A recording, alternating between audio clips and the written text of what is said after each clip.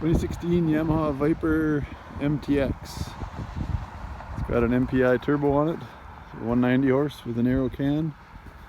It's got a set of Kimpex Stealth skis on it. A dual runner, 7¼ inch wide. Really nice skis. Cold air intake out of the hood. It's a 153, 2.6 inch track. Somebody's made a Linq system adapter for it. Very nice shape. Looks good. These couple of decals that got a few nicks. One missing, I think. It's got a digital boost gauge. 1,664 miles.